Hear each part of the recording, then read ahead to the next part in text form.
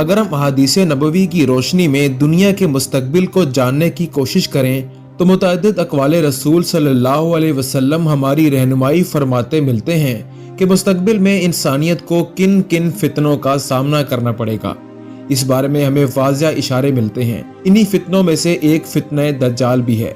आप सल्लल्लाहु अलैहि वसल्लम ने फरमाया कि तमाम अंबिया कराम ने अपनी उम्मत को दज्जाल के शर से बचने के लिए खुदा से पनाह मांगने की तलकीन की है। दज्जाल और इसके खरूज से मुतालिक अहादीस में तुर्की का जिक्र मुतअद्दिद बार मिलता है। दज्जाल की आमद के बारे में जिस अहादीस का हवाला दिया जाता है वो हजरत अबू हुरैरा रज़ियल्लाहु अन्हु से रवायत है कि आप सल्लल्लाहु अलैहि वसल्लम ने फरमाया कि जब तक अहले रूम इमाक और दाबिक में पड़ाव नहीं डाल लेते तो तब तक क़यामत नहीं आएगी। अमाक और दाबिक मुल्क शाम में वाक़या है। जब मदीने से एक लश्कर इनसे मुकाबले के लिए पहुंचेगा तो रूमी कहेंगे कि तुम हमारे और इनके बीच में मत आओ क्योंकि ये अपने दीन से फिर चुके हैं। तो जवाबन मुसलमान कहेंगे कि खुदा की कसम हम अपने मुसलमान भाइयों को तुम्हारे सामने बेजारो मददगार नहीं छोड़ेंगे। फिर वो इनके साथ जंग करेंगे।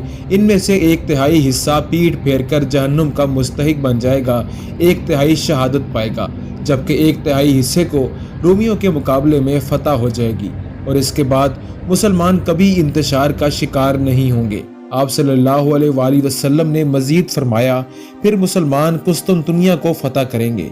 फतह करने के बाद जब मुसलमान माले गनीमत समेटने में मसरूफ होंगे तब शैतान झूठी आवाज बुलंद करेगा कि तुम्हारे घरों में दज्जाल दाखिल हो चुका है। जब मुसलमान ये सुनकर वापस अपने घरों की जानिब पलटेंगे तो इस दौरान दज्जाल का नज़ूल हकीकत में हो चुका होगा। आप सल्लल्लाहु अलैहि वसल्लम ने फरमाया कि दज्जाल मशरिक की ज़मीन में है, वहाँ से खरूज करेगा जिसको आज खुरासान कहा जाता है, जो कदीम ईरान का हिस्सा हुआ करता था। आप सल्लल्लाहु अलैहि वसल्लम ने फरमाया कि बैतुल मक़दस की आबादी मदीने में खराबी का पेश खेमा साबित होगी और मदीने की खराबी जंगों का सबब बनेगी और जंगों का इख्तिताम कुस्तुनतुनिया की फतह पर होगा। इस सूरत हाल को देखते हुए दज्जाल के खरूज पर मुसलमान इसके खिलाफ जंग की तैयारी करेंगे।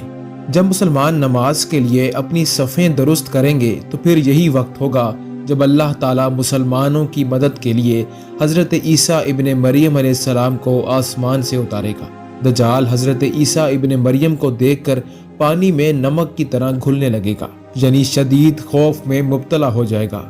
दज्जाल पर यह खौफ इस कदर तारी हो जाएगा कि अगर आप यानी हज़रत ईसा अलैहिस्सलाम दज्जाल को तलवार से कत्ल ना भी करें तो वो खौफ से मर जाएगा, लेकिन हज़रत ईसा इब्ने मरियम दज्जाल को कत्ल करके अपने खून से रंगी तलवार तमाम मुसलमानों को दिखाएंगे। आप सल्लल्लाहु अलैहि वसल्लम की बेशतर अहादीस में तुर्कों का जिक्र मिलता है।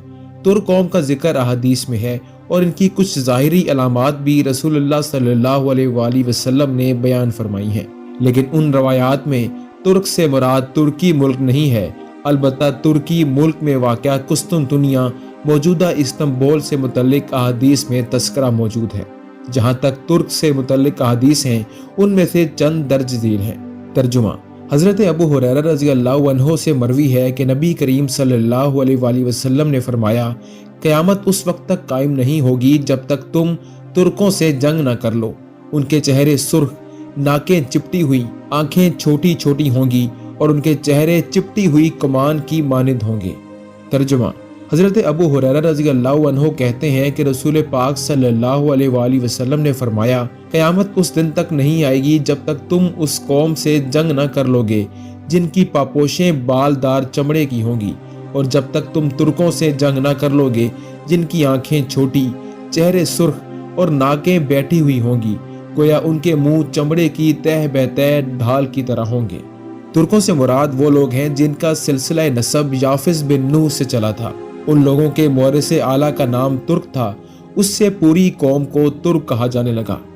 तर्जुमा नबी करीम सल्लल्लाहु अलैहि वसल्लम के सहाबा में से एक शख्स से रवायत है कि हुज़ूर सल्लल्लाहु अलैहि वसल्लम ने फरमाया, तुम हबशियों को उनके हाल पर छोड़ दो जब तक कि वो तुम्हें तुम्हारे हाल पर छोड़े रखें, और तुर्कों को भी उनके हाल पर छोड़ दो जब तक कि वो तुम्हें तुम्हारे हाल पर छोड़े रखें। क़यामत के दिन तक दज्जाल के फितने से अजीम फितना ना वाक़या हुआ है, न ही वाक़या होगा।